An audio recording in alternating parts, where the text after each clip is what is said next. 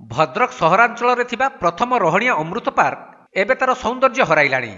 देखंतु जलुनी लाइट आउ काम करूनी वाटर फाउंटेन जहाँकि दल गड़िया चली बोटिंग एवं नष्ट होगाकू बसिलाणी लक्षाधिक टंकार सामग्री जहाँकि 3 वर्ष पूर्वे अमृत योजना रे भद्रक सहरर रोहणिया ठारे शुभ उद्घाटन होइथिला प्रथम अमृत पार्क जहाँकू सेतेबेलर जिल्लापाल ज्ञानदास समेत बहु प्रशासनिक अधिकारी और पौर परिषद उपस्थिति रे तत्कालीन विधायक जुगल किशोर पट्टनायक उक्त पार्क को लोकार्पण करथिले।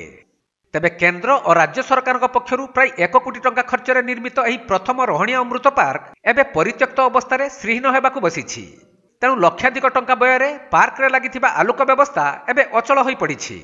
फल संज नईले अंधार भितर हजि जाउछि पार्क आउ पार्क रे थिबा पानी झर आरंभरु ताहा अचल।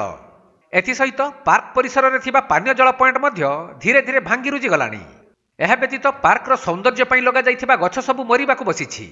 सेपटे कोविड कटकणा परे राति 9टा पर्यंत पार्क खोला रहिबाकू स्थिर होइथिले मध्य संध्या परे किंतु पार्कर सबु फाटक बंद रहुछि।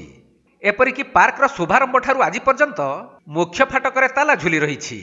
सेहीपरि लोकमानक मनोरंजन पई लक्षाधिक टंका व्यय पार्क निकटरे होइथिबा बोटिंग क्लब पोखरीटी एबे बिलाती दलरे भर्ती। तेबे कोविड समय रे कर्म नियुक्ति जोगाई देबा उद्देश्य रे गत जुलाई मास यूडब्ल्यूआई स्कीम रे राज्य नगर उन्नयन विभाग अनुदान रे 6,25,000 टंका उक्त पोखरीर पुनरुद्धार पई खर्च करा जाइथिला। हेले एही 6 लाख टंकार कार्य 6 मास मध्य गला नाही। सेपटे पार्कर निर्माण परठारू एहार रक्षणाबेक्षण दायित्व थिबा भद्रक पौर परिषद उदासीनता जगू सहर रही प्रथम पार्क एबे जराजीर्ण अवस्था रे। फल एही पार्क निर्माण पर स्थानीय लोकंक मनरे जो उत्साह और आशा थिला ताहा एबे मलिन पड़गलानी। तेणु सहरवासी मनरे गोटे प्रश्न जे पौर कर्तृपक्ष उदासीनतारू एही पार्कटी निजर सत्ता हराई बसिब नाही तो।